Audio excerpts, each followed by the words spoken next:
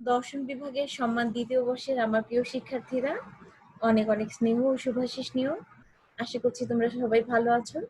Corona এবং বন্যার এই মহামারীর সময়ে তোমরা নিজেদেরকে সুরক্ষিত রাখতে পেরেছো, তোমাদের পরিবার পরিজনকে সুরক্ষিত রাখতে পেরেছো এবং একই সাথে আত্মমানবতা সেবায় নিজেকে নিয়োজিত করেছো। প্রিয় শিক্ষার্থীরা, তোমরা জানো যে আমি তোমাদের সাথে 204 নম্বর কোর্সের ব্যাপারে অনলাইন ক্লাস নিয়ে থাকি।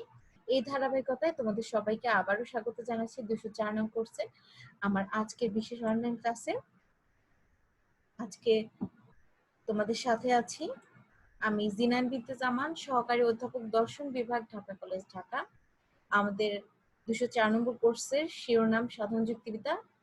চলো আমরা আজকের পাঠ শুরু করার আগেই গত ক্লাসের যে পাঠ ছিল অর্থাৎ পূর্ব পাঠ নিয়ে আমরা একটু পর্যালোচনা করি। প্রিয় শিক্ষার্থীরা, আমরা গতদিন ক্লাস শুরু করেছিলাম সংজ্ঞা বা ডেফিনিশন এই সম্পর্কিত আলোচনা নিয়ে। আমরা গতদিন দেখেছিলাম সংজ্ঞা কি, সংজ্ঞাদানের উদ্দেশ্য কি এ বিষয়ে। আমরা দেখেছিলাম সংজ্ঞা হচ্ছে কোনো একটি শব্দ বা পদ সম্পর্কিত সুস্পষ্টকারী ভাষাগত কৌশল বিশেষ, অর্থাৎ ভাষারই একটি বিশেষ কৌশলগত ব্যবহারের মাধ্যমে আমরা যখন কোনো একটি পদকে অধিকতর সুস্পষ্ট করার প্রয়াস পাই তখনই তাকে সংজ্ঞা বলা হয়ে থাকে। সংজ্ঞাদানের উদ্দেশ্যে আমরা দেখেছিলাম যে সংজ্ঞা বিভিন্ন কারণে দেওয়া হয়ে থাকে। এর মধ্যে 5টি প্রধান উদ্দেশ্য নিয়ে যুক্তিবিদ কপি আলোচনা করেছেন। তিনি বলেছিলেন সংজ্ঞাদান করা হয় আমাদের শব্দ ভান্ডার বা ভোকাবুলারিকে ইনক্রিজ করার জন্য, শব্দ ভান্ডারকে বৃদ্ধি করার জন্য সংজ্ঞা দেওয়া হয়। যুক্তির অস্পষ্টতা দূরীকরণের জন্য সংজ্ঞা দেওয়া হয়, ব্যর্থকতা দূরীকরণের জন্য। আমরা সংজ্ঞা দিয়ে থাকি কোনো একটি তাত্ত্বিক জ্ঞান লাভের জন্য বা তাত্ত্বিক ব্যাখ্যাদানের জন্য, বৈজ্ঞানিক জ্ঞান অর্জনের জন্য, এবং সর্বোপরি আমরা অনেক ক্ষেত্রে সংজ্ঞা দিয়ে থাকি অপরের মনোভাবকে প্রভাবিত করার জন্য, নিজের দিকে অন্যের মনোভাবকে ইতিবাচক করে তোলার জন্য আমরা সংজ্ঞা দিয়ে থাকি। তো সংজ্ঞাদানের এই 5টি উদ্দেশ্যের পরে স্বভাবতই আমাদের মধ্যে প্রশ্ন জাগে যে সংজ্ঞা কি ধরনের হতে পারে বা কত ধরনের হতে পারে। এই ধারাবাহিকতায় আমাদের আজকের পাঠ সংজ্ঞার প্রকারভেদ বা কাইন্ডস অফ ডেফিনেশন নিয়ে। আমরা সংজ্ঞার ব্যবহারের বা সংজ্ঞা প্রদানের উদ্দেশ্যের সময় যেমন 5 ধরনের উদ্দেশ্য দেখেছিলাম, এই ভিত্তিতেই সংজ্ঞাকে আমরা 5 ভাগে ভাগ করে থাকি। চলো তবে সেদিকে দেখা যাক। যুক্তিবিদ কপির মতে সংজ্ঞা 5 প্রকার, তোমরা দেখতে পাচ্ছ পর্দায়। চুক্তিমূলক সংজ্ঞা বা স্টিপুলেটিভ ডেফিনেশন, আবিধানিক সংজ্ঞা বা লেক্সিক্যাল ডেফিনেশন, সুনির্দিষ্টকারী সংজ্ঞা প্রিসাইজিং ডেফিনেশন, তাত্ত্বিক সংজ্ঞা বা থিওরিটিক্যাল ডেফিনেশন এবং প্ররোচক সংজ্ঞা বা পারসুয়েসিভ ডেফিনেশন। এই 5 ধরনের সংজ্ঞা বলতে আসলে কি বোঝানো হয়েছে যুক্তিবিদ কপির আলোকে আমরা আজকে দেখার চেষ্টা করব। চলো তবে আমরা এ বিষয়ে আলোকপাত করি। প্রিয় শিক্ষার্থীরা, তোমরা দেখতে পাচ্ছ যে চুক্তিমূলক সংজ্ঞা বা স্টিপুলেটিভ ডেফিনেশনের ক্ষেত্রে বলা হয়ে থাকে কোনো ব্যক্তি নতুন কোনো প্রতীক প্রবর্তন করলে সে প্রতীকের অর্থ আরোপের বেলায় সে পূর্ণ স্বাধীন থাকে। স্বেচ্ছামূলক অর্থ আরোপ থেকে যে সংজ্ঞা সৃষ্টি হয় তাকে বলা হয় চুক্তিমূলক সংজ্ঞা। এই বিষয়টি একটু আলোচনার দাবি রাখে। চুক্তিমূলক সংজ্ঞা হচ্ছে সে ধরনের সংজ্ঞা যে ধরনের পদকে আমরা এর আগে জানতাম না কিংবা জানলেও যে সংজ্ঞাটি দেয়া হচ্ছে সেই হিসাবে জানতাম না, তাই হচ্ছে চুক্তিমূলক সংজ্ঞা। চুক্তিমূলক সংজ্ঞা যিনি দিয়ে থাকেন তিনি মূলত একটি স্বাধীনতা বা স্বেচ্ছামূলক একটি কার্যক্রমের মধ্যে দিয়ে যান। কেননা তিনি যে পদটির সংজ্ঞা দিতে যাচ্ছেন, যেহেতু এই পদটির পূর্ব স্বীকৃত তেমন কোনো সংজ্ঞা নাই, সেক্ষেত্রে তিনি সংজ্ঞাদানের ক্ষেত্রে সম্পূর্ণ স্বাধীনতা ভোগ করেন এবং এই স্বাধীনতা থেকে, এই স্বেচ্ছামূলক মনোভাব থেকেই তিনি কিন্তু কোনো একটি পদকে নতুনভাবে সংজ্ঞায়িত করে থাকেন। চুক্তিমূলক সংজ্ঞার ক্ষেত্রে একটি বিশেষ বিষয় হচ্ছে এই ধরনের সংজ্ঞাগুলো সম্পূর্ণভাবে স্বেচ্ছাধীন, অর্থাৎ যিনি ব্যবহার করছে, যিনি সংজ্ঞা দিচ্ছে, তার ইচ্ছা অনিচ্ছার উপরে সংজ্ঞার্থটি নির্ভর করে থাকে। চুক্তিমূলক সংজ্ঞার বিষয়ে আরো যেটি খুব গুরুত্বপূর্ণ সেটি হচ্ছে চুক্তিমূলক সংজ্ঞা সাধারণত বৈজ্ঞানিক ক্ষেত্রে বা জ্ঞানীয় আলোচনার ক্ষেত্রে দেওয়া হয়ে থাকে। এছাড়া চুক্তিমূলক সংজ্ঞা কিন্তু এমন অনেক ক্ষেত্রে আমরা দিয়ে থাকি যে ক্ষেত্রে আমরা গোপনীয়তা রক্ষা করতে চাই, গোপনীয়তা অর্জন করতে চাই। এক্ষেত্রে আমরা দেখতে পাচ্ছি চুক্তিমূলক সংজ্ঞা অনেক ক্ষেত্রে নামীয় সংজ্ঞা বা মৌখিক সংজ্ঞা হিসাবেও পরিচিত হয়ে থাকে। তোমরা বোর্ডে তোমরা পর্দায় দেখতে পাচ্ছ একটি উদাহরণ দেওয়া হয়েছে, A plus A plus A plus A plus A plus A is equal to P. অর্থাৎ এই এগুলোর যোগফলকে পি হিসাবে চুক্তিমূলক সংজ্ঞায় উল্লেখ করা হলো। এই যে দীর্ঘ একটি গাণিতিক বাক্য, একে কিন্তু চুক্তিমূলক সংজ্ঞার সাহায্যে আমরা খুব সহজে 6a is equal to p এভাবে প্রকাশ করতে পারি। অর্থাৎ চুক্তিমূলক সংজ্ঞায় কি হচ্ছে, আমার সময় সাশ্রয় হচ্ছে, আমার খুব বেশি সময়ের বা খুব বেশি পরিশ্রমের, খুব বেশি উপকরণ ব্যবহার করতে হচ্ছে না। এটি চুক্তিমূলক সংজ্ঞার একটি অন্যতম গুরুত্বপূর্ণ সুবিধার দিক হিসেবে আমরা উল্লেখ করতে পারি। চুক্তিমূলক সংজ্ঞা যেহেতু একান্তই নামীয় একটি বিষয় বা মৌখিক একটি বিষয়, এ কারণে চুক্তিমূলক সংজ্ঞায় সম্পূর্ণভাবে সংজ্ঞাদানকারীর ইচ্ছা একটি প্রাধান্য থেকে যায়। এছাড়াও এই চুক্তিমূলক সংজ্ঞার মাধ্যমে অনেক সময় গোপনীয় অনেক তথ্যাদিও আমরা আদান প্রদান করতে পারি, তাই বলা হয়ে থাকে এতে গোপনীয়তা সুরক্ষিত থাকে। চুক্তিমূলক সংজ্ঞাটি এমন একটি বিষয় যা যিনি সংজ্ঞা দিচ্ছেন তার উপরই নির্ভর করে। উদাহরণ হিসেবে আমরা বলতে পারি তার বার্তা বা টেলিগ্রামের কথা।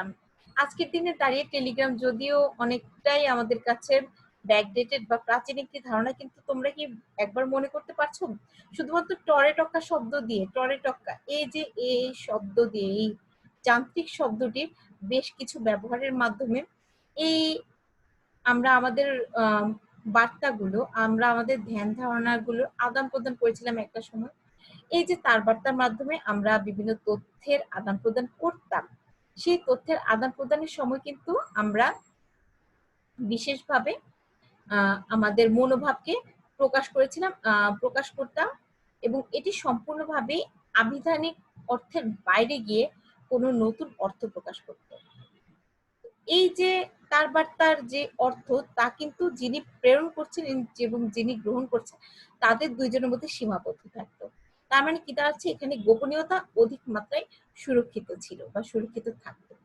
এই ধরনের সংজ্ঞাগুলোকে বা শব্দের এই ধরনের সংজ্ঞায়নগুলোকে, পদের এ জাতীয় সংজ্ঞায়নগুলোকে আমরা বলছি চুক্তিমূলক সংজ্ঞা। চুক্তিমূলক সংজ্ঞার ক্ষেত্রে যে সব শুধু সুবিধার্থী তা নয়, এর বেশ কিছু জটিলতাও দেখা যায়। যেমন আমরা বলতে পারি চুক্তিমূলক সংজ্ঞা যেহেতু ব্যক্তির স্বেচ্ছাধীন একটি বিষয়, তাই সবসময় এটি পরিবর্তনশীল। আমি যে অর্থে একটি প্রতীককে বা একটি পদকে সংজ্ঞায়িত করছি, তাদের সকলের কাছে একইভাবে সমভাবে গ্রহণযোগ্য হবে সেটি কিন্তু নাও হতে পারে। তাহলে কি এটি চুক্তিমূলক সংজ্ঞার একটি সীমাবদ্ধতার দিক হিসেবে আমরা উল্লেখ করতে পারি। এছাড়াও চুক্তিমূলক সংজ্ঞায় আমরা অনেক দীর্ঘ কোনো বার্তা বা দীর্ঘ কোনো মনোভাবকে, দীর্ঘ কোনো তথ্যকে আসলে প্রকাশ করতে পারছি না। চুক্তিমূলক সংজ্ঞাটি অনেক ক্ষেত্রে অস্বচ্ছতা তৈরি করে, যার ফলে আমরা অনেক যৌক্তিক অনুপপত্তি বা ভ্রান্তির সম্মুখীনও হতে পারি। তবে ভাষায় আবেগময় ভূমিকাটি হ্রাস করতে, অর্থাৎ ভাষায় আবেগ নিরপেক্ষ ব্যবহারকে উৎসাহিত করতে চুক্তিমূলক সংজ্ঞা কিন্তু সত্যি একটি কার্যকরী সংজ্ঞা হিসাবে ব্যবহৃত হয়। চুক্তিমূলক সংজ্ঞার পরে আমরা সংজ্ঞার দ্বিতীয় যে প্রকরণটি দেখতে পাই তাকে বলা হচ্ছে আবিধানিক সংজ্ঞা বা লেক্সিক্যাল ডেফিনিশন। পর্দায় তোমরা দেখতে পাচ্ছ যে পদের সংজ্ঞা দেয়া হয় তা যদি নতুন না হয় কিংবা তার যদি প্রচলিত ব্যবহার থাকে, তবে সে সংজ্ঞাকে আবিধানিক সংজ্ঞা বলে। এ ধরনের সংজ্ঞায় নতুন কোনো অর্থ প্রদান করা হয় না, বরং আগে থেকে যে অর্থ আছে তারই উল্লেখ করা হয়। আবিধানিক সংজ্ঞায় শ্রোতার শব্দ ভান্ডার বৃদ্ধি একটি অন্যতম উদ্দেশ্য এবং তা দ্ব্যর্থকতা নিরসন করে। অর্থাৎ আবিধানিক সংজ্ঞা ব্যবহারের মাধ্যমে বা আবিধানিক সংজ্ঞা দানের মাধ্যমে দ্ব্যর্থকতা নিরসন হয়, এবং যিনি শুনছেন সংজ্ঞাটি বা শ্রোতার শব্দ ভান্ডারও অনেক ক্ষেত্রে সমৃদ্ধ হতে পারে। প্রিয় শিক্ষার্থীরা, আমরা একটু দেখি আবিধানিক সংজ্ঞা বা আবিধানিক যে শব্দগুলো আছে সেগুলো কিন্তু পূর্ব নির্ধারিত একটি অর্থ বহন করে, একটি সংজ্ঞা বহন করে, সেটা আমরা আগে থেকেই জানি। অর্থাৎ আবিধানিক সংজ্ঞায় আমার এমন কোনো স্বাধীনতা নেই যা আমার চুক্তিমূলক সংজ্ঞায় ছিল। চুক্তিমূলক সংজ্ঞা যেমন একটি স্বেচ্ছামূলক ধ্যান ধারণা দিচ্ছে, বা যে স্বেচ্ছামূলক ভাবে চুক্তিমূলক সংজ্ঞায় সংজ্ঞাদানকারী একটি সংজ্ঞার্থ উপস্থাপন করতে পারছেন, চুক্তিমূলক সংজ্ঞার ক্ষেত্রে কিন্তু সেটা সম্ভব হয় না, কেননা এর অর্থটি পূর্ব থেকে নির্ধারিত থাকে। কিন্তু তা সত্ত্বেও চুক্তিমূলক সংজ্ঞার বাইরে গিয়েও আবিধানিক সংজ্ঞার একটি গুরুত্ব রয়েছে, সেটি হচ্ছে আবিধানিক সংজ্ঞা আমাদের দ্ব্যর্থকতা নিরসন করতে সহায়তা করে। আমরা যখন কোনো যুক্তিতে কোনো একটি শব্দের বা কোনো একটি পদের সুস্পষ্ট ব্যবহারটি করতে চাই, সেক্ষেত্রে কিন্তু আবিধানিক সংজ্ঞাটিকে আমার সর্বাগ্রে গ্রহণ করতে হবে, আবিধানিক সংজ্ঞাটিকে গুরুত্ব দিয়েই আমার পরবর্তীতে অগ্রসর হতে হবে। তাহলে এই গেল আমার আবিধানিক সংজ্ঞা সম্পর্কিত একটি ধারণা। আমি একটি উদাহরণ দিলে বোধহয় তোমাদের কাছে বিষয়টি পরিষ্কার হবে। চুক্তিমূলক সংজ্ঞার যে বিষয়টি আমরা দেখেছিলাম, চুক্তিমূলক সংজ্ঞা যেহেতু নিতান্তই ব্যক্তির ইচ্ছাধীন একটি সংজ্ঞা, সেখানে কিন্তু সত্য মিথ্যার কোনো অবকাশ ছিল না। কিন্তু আবিধানিক সংজ্ঞার অর্থটি পূর্ব থেকে পরিচিত, এ কারণে এখানে কিন্তু সত্য মিথ্যার একটি অবকাশ থেকে যায়। আমরা বলছিলাম, আমরা একটু উদাহরণ দিব। যেমন ধরা যাক পর্বত। পর্বতের সংজ্ঞায় যদি আমি বলি, পর্বত হচ্ছে সমতল ভূমি থেকে অপেক্ষাকৃত নির্দিষ্ট উচ্চতা বহনকারী ত্রিকোণাকার ভূমিরূপ বিশেষ। এটি কিন্তু সত্য বলে গৃহীত হবে, কারণ পর্বতের যে ধারণা রয়েছে বা পর্বতের যে সংজ্ঞা আমরা পূর্ব থেকে জানি, যে ধারণাটি আমরা পূর্ব থেকে আমাদের মনে রয়েছে, সেই ধারণার সাথে এই সংজ্ঞাটি সামঞ্জস্যপূর্ণ। কিন্তু আমি যদি বলি পর্বত হচ্ছে একটি সমতল ভূমির রূপ, সেক্ষেত্রে কিন্তু এটি মিথ্যা হবে, কেননা পর্বতের যে ধারণা আমাদের মধ্যে রয়েছে পূর্ব থেকে, আমরা পর্বত সম্বন্ধে যা জানি তা কিন্তু সমতল নয়, তার মানে এই সংজ্ঞাটি মিথ্যা।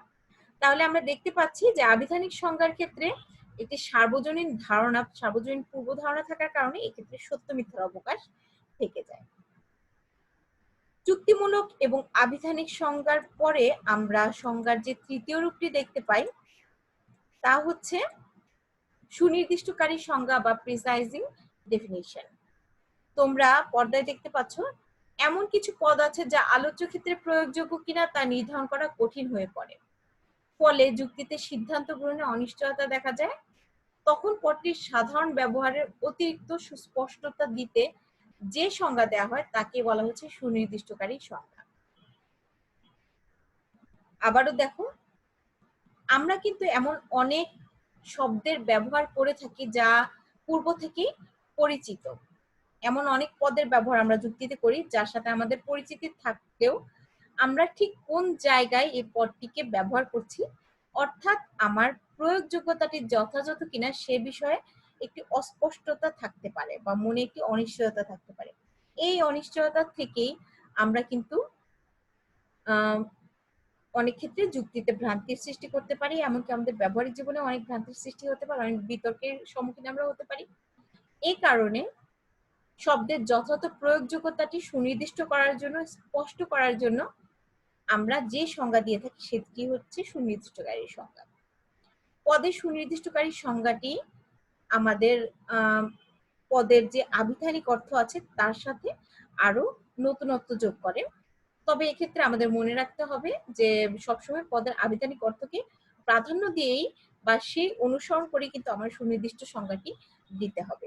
সুনির্দিষ্টকারী সংজ্ঞা দেওয়ার সবচেয়ে বড় যে গুরুত্বপূর্ণ দিক তা হচ্ছে এটি আমাদের ধারণাকে সুস্পষ্ট করবে, আমাদের যুক্তিটিকে অনেক বেশি যৌক্তিক ভিত্তিতে স্থাপন করবে। আমাদের এখানে অনেক অস্পষ্টতা, দ্ব্যর্থকতা দূরীকরণের ক্ষেত্রে সুনির্দিষ্টকারী সংজ্ঞার একটি ইতিবাচক ভূমিকা রয়েছে।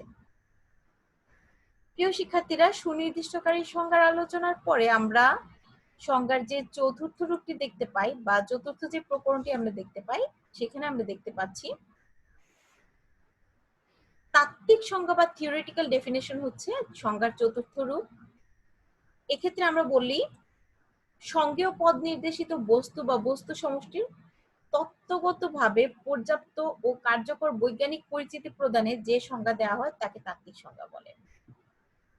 আবার লক্ষ্য করো, সংজ্ঞেয় পদ নির্দেশিত বস্তু বা বস্তু সমষ্টির তত্ত্বগত পর্যাপ্ত ও কার্যকর বৈজ্ঞানিক পরিচিতি প্রদানের যে সংজ্ঞা দেওয়া হয় তাকে তাত্ত্বিক সংজ্ঞা বলে। তার মানে কি দেখা যাচ্ছে, আমরা যখন কোনো বৈজ্ঞানিক জ্ঞান অর্জন করতে যাই কিংবা কোনো জ্ঞানীয় বস্তু বা বস্তু সমষ্টি সম্বন্ধে ধারণা পেতে চাই, সেক্ষেত্রে কিন্তু আমরা বস্তুটির যে সংজ্ঞা দিয়ে থাকি তা হতে হবে অত্যন্ত পর্যাপ্ত এবং কার্যকর একটি সংজ্ঞা। এই পর্যাপ্ত জ্ঞান সম্পন্ন বা পর্যাপ্ত তথ্য সম্পন্ন কার্যকর যে সংজ্ঞা রয়েছে তাকে বলা হচ্ছে তাত্ত্বিক সংজ্ঞা। তাত্ত্বিক সংজ্ঞার একটি গুরুত্বপূর্ণ দিক হচ্ছে, তাত্ত্বিক সংজ্ঞাকে মেনে নেওয়া মানেই হচ্ছে আমি একটি তত্ত্বকে মেনে নিচ্ছি, আমি কোন একটি ধারণাকে মেনে নিচ্ছি। তবে তাত্ত্বিক সংজ্ঞা পরিবর্তনশীল। কেন পরিবর্তনশীল? যেহেতু তাত্ত্বিক সংজ্ঞা বিশুদ্ধ বিজ্ঞান বা জ্ঞানের সাথে জড়িত, এবং আমরা স্বাভাবিকভাবে জানি বিজ্ঞানের তত্ত্বগুলো পরিবর্তনশীল, কোনোটি কিন্তু স্থির নয়। এই স্থিরতা না থাকার কারণে, এই পরিবর্তনশীলতার কারণে তাত্ত্বিক সংজ্ঞাও পরিবর্তন হতে পারে। যেমন আমরা বলতে পারি যে ন্যায় সম্পর্কে আমরা যে ধারণা পেয়ে থাকি, যে সংজ্ঞা পেয়ে থাকি, পূর্বতন যে সংজ্ঞাগুলো ছিল তার তাত্ত্বিক সংজ্ঞায় কিন্তু আমরা দেখেছিলাম যে থ্রেসিমেকাস বলেছিলেন ন্যায় হচ্ছে শক্তিমানের স্বার্থ সুরক্ষা বা স্বার্থ সংরক্ষণ। কিন্তু প্লেটোর সংজ্ঞাতেই কিন্তু ন্যায়ের এই ধারণাটি বদলে গেছে। তিনি ন্যায়কে অন্য একটি প্রেক্ষাপট থেকে সংজ্ঞায়িত করেছেন। তার মানে কি দেখা গেল, এবং সেটি মোটামুটি গ্রহণযোগ্যতা পেয়েছিল। তার মানে আমরা দেখতে পাচ্ছি যে তাত্ত্বিক সংজ্ঞা কিন্তু কোনো স্ট্যাটিক বা ধ্রুব বিষয় না, বরঞ্চ তা পরিবর্তনশীল। মানুষের জ্ঞানের পরিধি বৃদ্ধির সাথে বিজ্ঞানের ধারণার প্রসারণের সাথে সাথে মানুষের তাত্ত্বিক সংজ্ঞাগত যে ধারণা বা তাত্ত্বিক যে সংজ্ঞা তাও কিন্তু পরিবর্তন হতে পারে। এই যে তাত্ত্বিক সংজ্ঞা, তার পরবর্তীতে আমরা দেখব যে এ জাতীয় সংজ্ঞাকে স্বীকার করে নেওয়ার অর্থই হচ্ছে কোন একটি তত্ত্বকে স্বীকার করে নেওয়া। তবে জ্ঞানের প্রসারের সাথে সাথে এ ধরনের সংজ্ঞা পরিবর্তন হতে পারে, যা আমরা কিছুক্ষণ আগে আলোচনা করেছি। তাত্ত্বিক সংজ্ঞার পরে আমরা দেখতে পাচ্ছি সংজ্ঞার পঞ্চম যে প্রকরণটি রয়েছে তা হচ্ছে প্ররোচক সংজ্ঞা বা পারসুয়েসিভ ডেফিনিশন। যে সংজ্ঞায় পাঠক বা শ্রোতার মনোভাবকে প্রভাবিত করে বা তার আবেগের উদ্রেক করে বিতর্ক সমাধান বা সিদ্ধান্ত গ্রহণের চেষ্টা করা হয় তাকে প্ররোচক সংজ্ঞা বলে। এই ধরনের সংজ্ঞা তথ্যমূলক নয়, বরঞ্চ প্রকাশমূলক। প্রিয় শিক্ষার্থীরা, আমরা সংজ্ঞাদানের উদ্দেশ্য সময় দেখেছিলাম সংজ্ঞাদানের একটি অন্যতম উদ্দেশ্য হচ্ছে অন্যের মনোভাবকে প্রভাবিত করা। প্ররোচক সংজ্ঞা হচ্ছে সে ধরনের সংজ্ঞা যে সংজ্ঞাটি দেয়া হয়ে থাকে কাউকে প্রভাবিত করার জন্য, কোনো নির্দিষ্ট ব্যক্তি বা ব্যক্তি সমষ্টিকে, ব্যক্তি গোষ্ঠীকে প্রভাবিত করার জন্য, তাদের মনোভাবকে ইতিবাচক বা নেতিবাচক ভাবে প্রভাবিত করার জন্য আমরা যখন সংজ্ঞায়ন করে থাকি তখন তাকে বলা হচ্ছে প্ররোচক সংজ্ঞা। এই প্ররোচক সংজ্ঞার মাধ্যমে আমরা কিন্তু অনেক অনর্থক বিতর্ককে এড়াতে পারি। এই প্ররোচক সংজ্ঞার মাধ্যমে আমরা হয়তোবা সুনির্দিষ্ট বা জ্ঞানীয় কোনো ধারণা না পেলেও একটি ভাষার প্রকাশমূলক দিকের একটি ধারণা পেতে পারি। এই প্ররোচক সংজ্ঞা দেওয়ার ক্ষেত্রে আমরা আধুনিক কালে এর ব্যাপক ব্যবহার দেখছি। বিশেষ করে বিজ্ঞাপনের ক্ষেত্রে কিন্তু এর একটি বড় ধরনের প্রভাব আমরা দেখতে পাচ্ছি। আমরা কোনো একটি বস্তুর ক্ষেত্রে, কোনো একটি পদের ক্ষেত্রে আমাদের মনোভাবকে সহজে বদলে নিতে পারি একটি চিত্তাকর্ষক বিজ্ঞাপনে সেই বস্তু বা সেই পণ্যটি সম্বন্ধে নতুন কোনো একটি সংজ্ঞাদানের বা সংজ্ঞা দেখার মাধ্যমে। এই প্ররোচক সংজ্ঞার মাধ্যমে আমাদের তাত্ত্বিক জ্ঞানও অনেকভাবে প্রভাবিত হতে পারে। ধরা যাক সমাজতন্ত্র সম্বন্ধে আমাদের একটি ধারণা আছে বা মার্কসিজম সম্বন্ধে আমাদের একটি ধারণা আছে, যা অনেকটাই হয়তো বা নেতিবাচক। এমন একজন ব্যক্তির কথা বলছি আমি যিনি মার্কসিজমকে একটি নেতিবাচক দৃষ্টিকোণ থেকে দেখে থাকেন। তিনি কিন্তু মার্কসিজমের প্ররোচক সংজ্ঞার দ্বারা প্রভাবিত হয়ে তার যে তাত্ত্বিক অবস্থান তা থেকে সরেও আসতে পারেন। তাহলে কি দেখা যাচ্ছে, প্ররোচক সংজ্ঞা আমাদের মনোভাবকে প্রভাবিত করার জন্য বিশেষভাবে কার্যকর। প্ররোচক সংজ্ঞা নতুন কোনো তথ্য দিচ্ছে না, তবে এই সংজ্ঞাটি ভাষাকে নতুন ভাবে প্রকাশ করছে। আমাদের আবেগ অনুভূতিকে নিয়ন্ত্রণের ক্ষেত্রে প্ররোচক সংজ্ঞার একটি বিশেষ ভূমিকা রয়েছে। তবে প্ররোচক সংজ্ঞার দ্বারা আবেগতাড়িত হয়ে কোনো সিদ্ধান্ত নিলে সেক্ষেত্রে কিন্তু যৌক্তিক ভাবে আমাদের বিভ্রান্ত হওয়ার একটি অবস্থান তৈরি হতে পারে। মোটামুটি এই ছিল আমাদের 5 ধরনের সংজ্ঞা। আমরা যুক্তিবিদ কপির মতে এই 5 ধরনের সংজ্ঞা নিয়ে আলোচনা করলাম এবং বিভিন্ন উদাহরণের মাধ্যমে তোমাদের বোঝানোর চেষ্টা করেছি। তারপরেও যদি তোমাদের কোনো প্রকার জিজ্ঞাসা থেকে থাকে, কোনো প্রকার অস্পষ্টতা থেকে থাকে, প্রশ্ন থেকে থাকে, তোমরা অবশ্যই আমাদের ফেসবুক পেজে মন্তব্য করবে এবং আমরা সে মতো উত্তর দেওয়ার চেষ্টা করব। আমাদের আগামী ক্লাসে আমরা পড়ব সংজ্ঞাদানের কৌশল বা টেকনিক্স ফর ডেফিনেশন এ বিষয়ে। আমরা পপির দৃষ্টিভঙ্গি থেকে সংজ্ঞাদানের যে কৌশলগুলি রয়েছে সেখানে দেখা যাচ্ছে 2 ধরনের সংজ্ঞাদানের কৌশল রয়েছে। আমরা আগামী ক্লাসে এই বিষয়ে বিস্তারিত আলোচনা করার অবকাশ পাবো। ততদিন পর্যন্ত তোমরা সবাই ভালো থাকো, সুস্থ থাকো। ধন্যবাদ তোমাদের সবাইকে।